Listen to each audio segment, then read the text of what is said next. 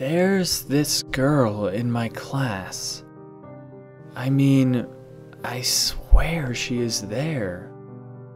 Every day she walks in 3.5 minutes late, like clockwork. Her skin is pale and sickly looking, and it looks as if she hasn't eaten in days.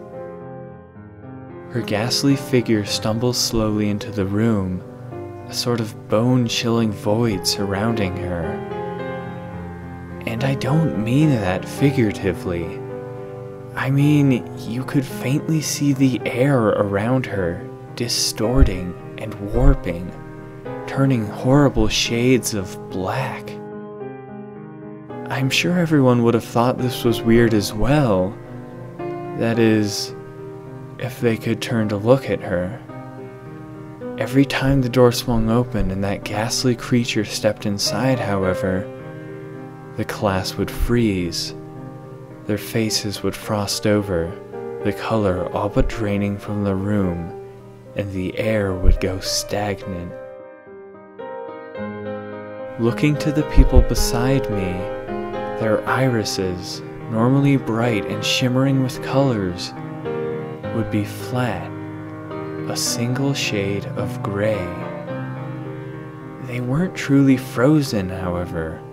I watched them breathe slowly, their dull eyes shifting between the professor and their notes, their pencils faintly yet hurriedly carving away at their papers. But their bodies always stared straight ahead. They never shifted in their seats, never moved their necks, never spoke, becoming a perfectly synchronized, uniform gray mass. And then it would all stop. The color would rush back into the room, the air once again being filled with the hum of the fluorescent lights as my classmates regained their life and shuffled around lightly, as if nothing had ever happened. The clock had advanced ahead several minutes in what only felt like seconds. I think the girl had sat down in the minutes that seemed to be missing from my memories, but I was never really sure. Sometimes I watched her twisted form slowly stagger towards the class, eventually reaching the furthest back desk in the corner and pulling out a chair, looking as if she was going to sit. But what happened next? I could never make it that far. Something about watching her move made my head swim and my vision blur. It was as if I had to concentrate as hard as I could to stay conscious. Like I was fighting an invisible force trying to shut me out. The longer I looked at her, the harder it became to focus on reality, and I would start to drift in and out, as if I was falling asleep without ever closing my eyes. The whole encounter only ever lasted about 10 seconds from the time she walked in, and for the first several times after it happened, I wouldn't remember the incident at all. Rather, I would just feel a strange sense of déjà vu when it happened again the next class. Anytime I looked back to where she should have been, there was never anyone there. Just the empty desk that nobody ever used, largely broken, scratched, blackened, and falling apart in silence in the corner of the room. I wasn't even really sure what I was looking for. I had no real recollection of the events, the girl, the stillness. None of it really stuck with me. But things have been changing lately. As if exercising a muscle or something, I've been getting better and better at staying conscious when she walks in, now being able to watch her for extended periods of time. The headache I get is excruciating, and each time I see her, this horrible feeling washes over me, like a sickness. I say that I'm getting better at staying conscious, and while that may be true, it certainly doesn't feel that way. Rather, it feels as if I'm being trapped in the horrific stillness for longer and longer. Clearly, as I'm able to tell you this story, I began to remember the events too. Just fuzzy memories at first, but now, as I snap to my senses when the stillness ends, I immediately search around wildly trying to locate the girl. She must have been in the room somewhere. I seemed to be the only one who could retain consciousness in the stillness, as despite my repeated questions about the 3.5-minute mark after class starts, my classmates never say that they felt anything weird and look at me with confused expressions. "What girl?" they say. About a week after this began to occur, or at least a week after I began to remember the daily event, everything changed.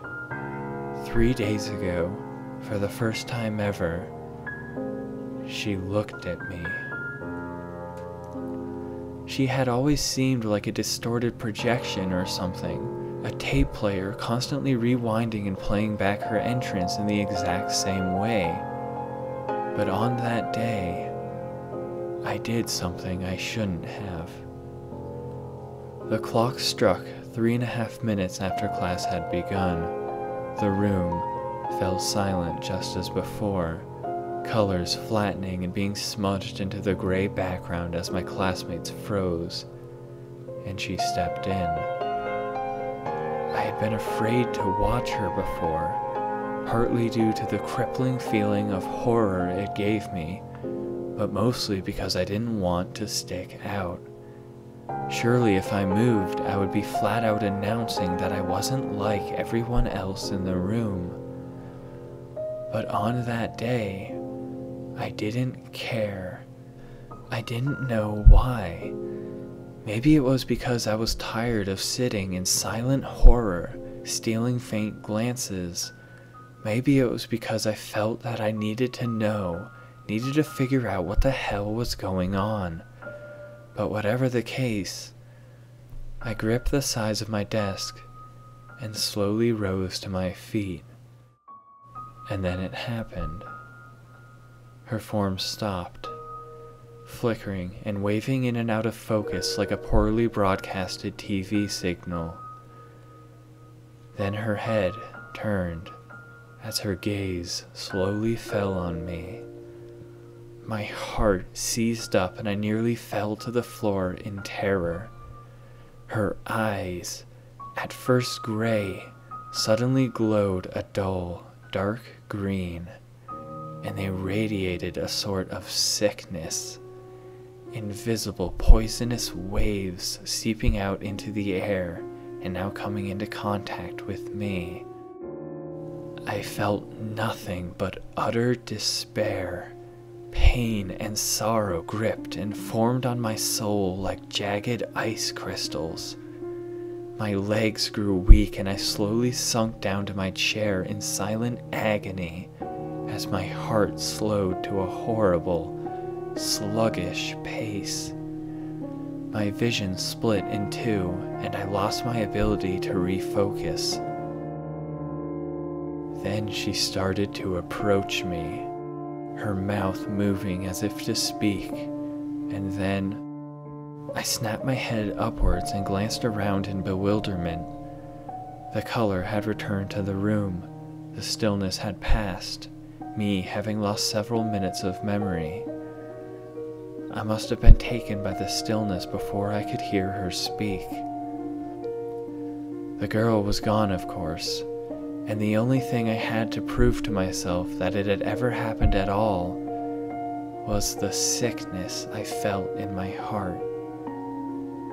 No matter what I tried, I just couldn't break free of the sorrow. It gathered like a dense fog in my mind, and each time I thought back to her eyes, I felt a stabbing pain in my chest. I often nearly vomited from the queasiness. The next day, my fears erupted into absolute horrors as the clock ticked past 3 minutes and 30 seconds. The door creaked open slowly behind me as the class fell into the stillness, and I could already feel the horrific presence entering the room without needing to look. When I did finally force myself to steal a glance, however, my blood crystallized and my breath caught. She was mere feet from me, walking deliberately towards me, her dull eyes fixed on mine. At our eye contact, I felt yet more of my happiness being torn away, my soul shriveling and icing over. This time, as she approached, she smiled, extending her cold, dead hand out before her. She was trying to touch me. I cried out in horror and leapt up from my desk, backpedaling across the room.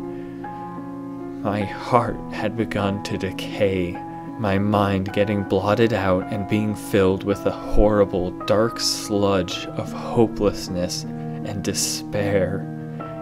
It swirled and warped my thoughts as I tried to keep moving, but found myself too weak. Too weak to try and run, too weak to think that I would ever make it out. Too weak to hope for anything.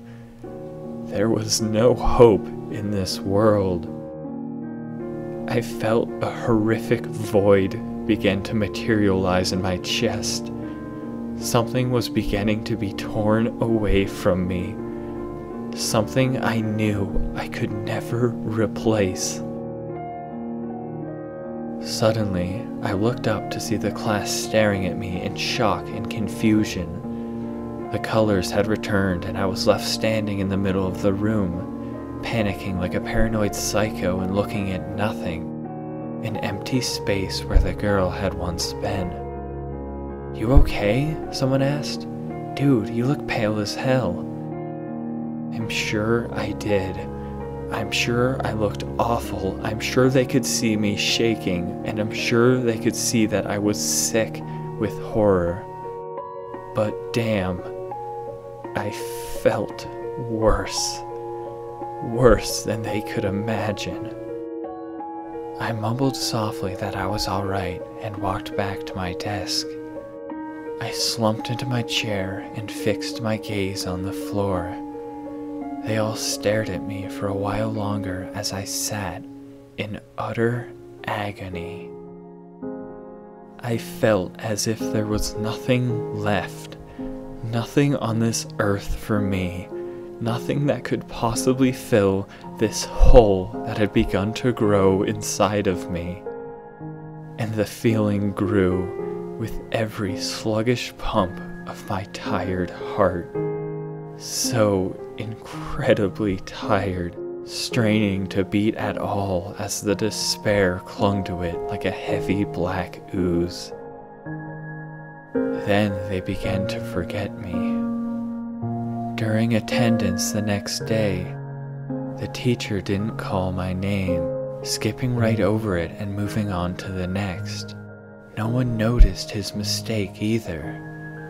When I stood up and asserted that my name hadn't been called, the teacher just looked at me with dull eyes and mumbled to himself, Yes, of course. My bad." None of my classmates turned to look at me, however, and the teacher never fixed the attendance sheet after my confrontation. He just continued on to his lecture, as if instantly forgetting that it had happened.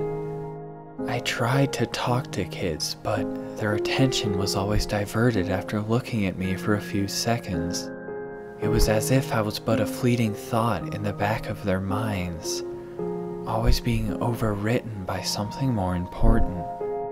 This only made me feel more helpless, casting me further into the gruesome despair. Then, that day, the door creaked open again, and something horrific happened. The stillness that normally lay waste to the room and rendered everyone stagnant didn't quite happen. The air grew heavier and some colors faded away, but the people didn't freeze as much, didn't fall into silence or become a still gray mass. Then I heard the laughter. A quiet giggle, out of place and filled with pain. I turned to see the girl walk in, but she wasn't quite the same. Her form was sharper this time, her image less distorted, and she walked with a new pace, some more cheer in her steps as her giggles filled the room. I quickly looked away, averting my eyes to the ground. But then, one of the kids slowly moved his head and turned to look back. He nodded his head slowly in the direction of the girl, acknowledging her presence. I was aghast and confused. How could he see her now? I watched some other students glance behind themselves as well, confirming that they knew she was there. I stood up and shouted, "What the hell is this?" But no one even looked at me. Not one of them met my eyes. Then I felt a tap, a light hand against my shoulder. I was filled with a sudden relief. Someone knew I was here after all.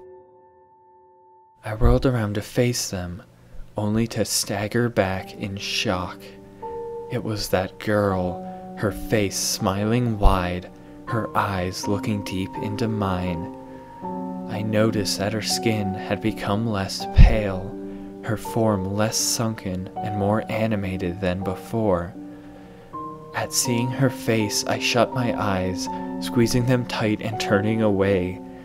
But I could feel her movement as she shuffled close to me. I felt hands being placed on my shoulders, and I knew her face was inches from mine, waiting for me to open my eyes. Just one little peek. Slowly, my mind began to slip, just as before, but this time I waited, curled up in horror, trying not to look for nearly 30 minutes. In the final minutes, I had to press my hands to my eyes as I could feel her trying to pry my eyelids open. Finally, after I could hear the hum of the lights grow stronger and the faint stillness lift, I slowly opened my eyes, and she was gone. I had had enough of this. I left that classroom, convinced that I would never go back. On the way out of the school, I passed by a mirror. What I saw in the reflection made me seize up in horror. A ghastly, haunted face stared back at me. I was now beginning to look like how I felt. The despair had sunken my eyes into their sockets, the pain draining the color from my skin, and I looked as if I hadn't eaten in many days, because I hadn't. I walked right out of the school. Not a person looked at me as I brushed past them. I doubt they even knew I was there. I finally reached my house near the campus, owned by me and 3 other guys. I opened up the door. One of my roommates sat, but he didn't acknowledge me. I closed the door hard and then slammed it once or twice, but his gaze never lifted. He didn't even flinch. I walked up to him and tapped his head, knelt down to catch his eyes. "Hello?" I practically cried, sorrow consuming me. His gaze shifted to meet me, and then slowly fell away. "Welcome back," he mumbled quietly, his voice quickly trailing off. I'm sure I could have kept bugging him, but I had no will to try. I was consumed by the despair and all of the excruciating emotions it contained. No one would ever truly acknowledge me. My existence had faded far too much. Late that night, I sat alone, curled up in my ruffled bed. I slowly drifted off as desolation lulled my heart to sleep. That morning I woke and lay in silence. I had no will to move, and I was never going back to that class anyway, not with that creature there. I watched the clock tick slowly, the machine forced to carry on. The gears, they spun and churned, although they had no reason to. Just like my heart, the clock was a machine, keeping something useless alive. The clock reached 12 o'clock and kept slowly carrying on. Class would have just started, I thought to myself. I doubted that anyone even noticed that I was gone. The light from outside tried to enter through the window, being obstructed by the heavy wooden blinds, casting faint lines in the dim, dusty room, almost filled with a dark haze. The clock ticked quietly in the background, seemingly muffled and far away. I watched it reach 3 minutes past 12, and the second hand continued ticking, reaching 30 seconds. The air suddenly fell into stillness as my heart froze. Then I heard it. The door to my room slowly creaked open. "No, no, no!" I shrieked. The ghastly creature of that girl slowly staggered into my room from down the hall, a horrific smile ripping its face in two. Except, she wasn't really ghastly at all.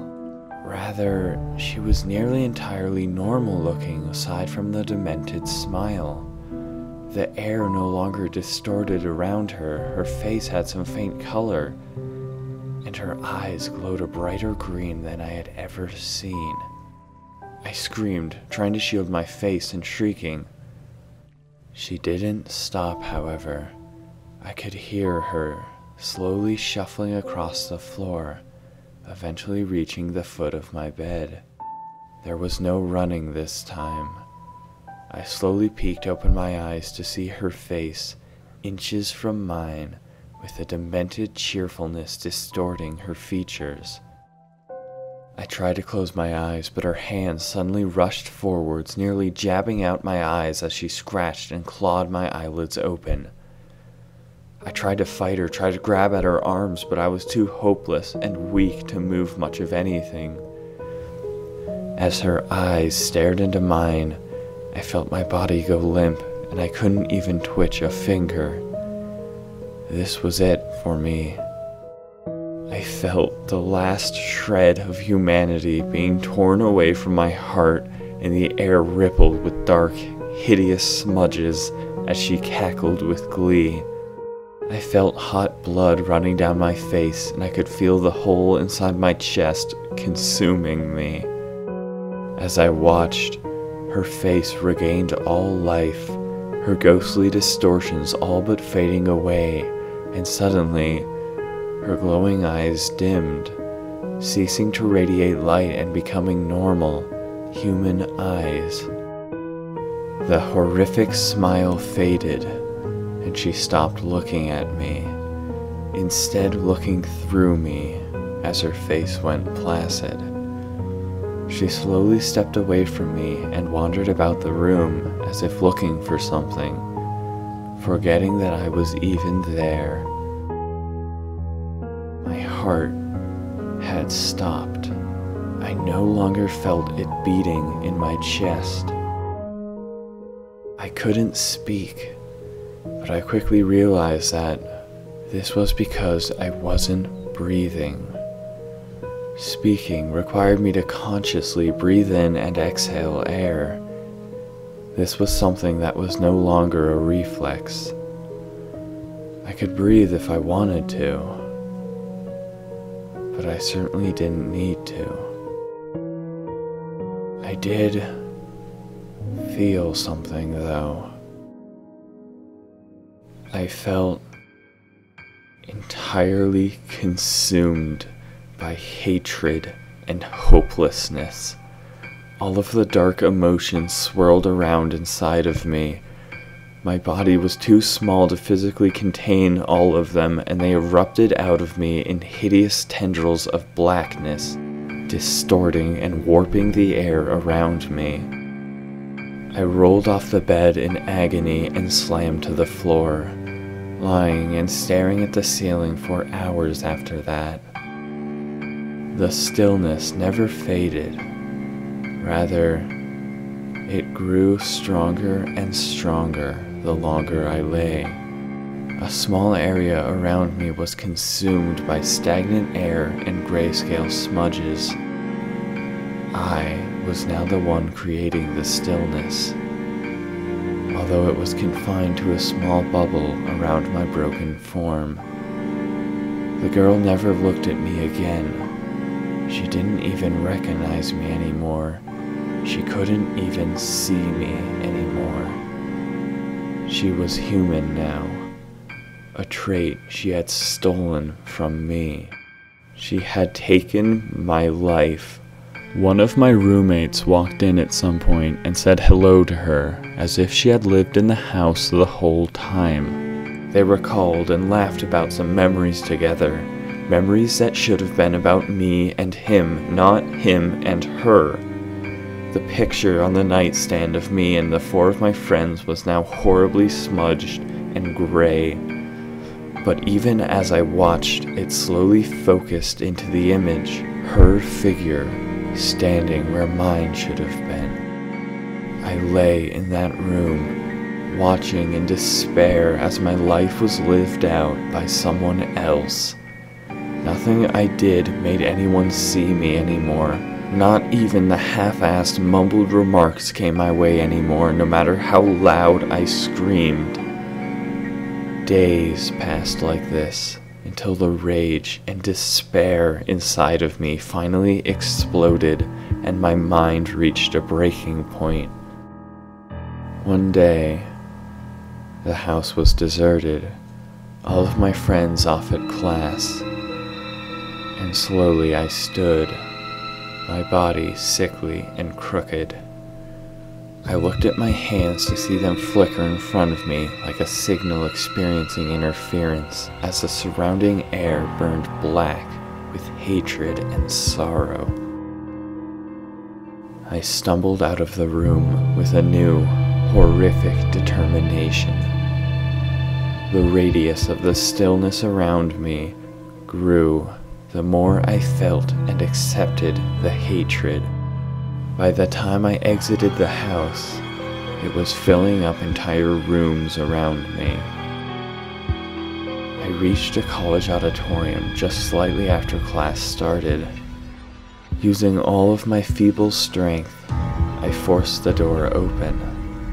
As I stepped inside, the entire room was consumed by the hateful stillness around me. The people froze and turned away from me, something I now realized had been a subconscious defense tactic, one I hadn't been able to employ. I was the weak link in my class. The whole time I had been fighting to stay awake, I had really been fighting what my body was naturally trying to do, trying to save me from what I had now become. I slowly staggered into the class, going to the furthest back desk to sit, when I noticed that one of the kids wasn't quite like the others. His body wasn't quite as gray, not quite as lifeless, and his gaze shifted nervously around the room and casually glanced at me. I probably wouldn't have even noticed his slight variations if I hadn't been looking for them. A horrific smile broke out across my face. The kid didn't last long, though. He quickly faded into the stillness like everyone else as his mind went blank and his body turned straight ahead. I hadn't been able to make eye contact with him today, His gaze was too unfocused, but that was okay. I would just have to try again tomorrow, and the next day.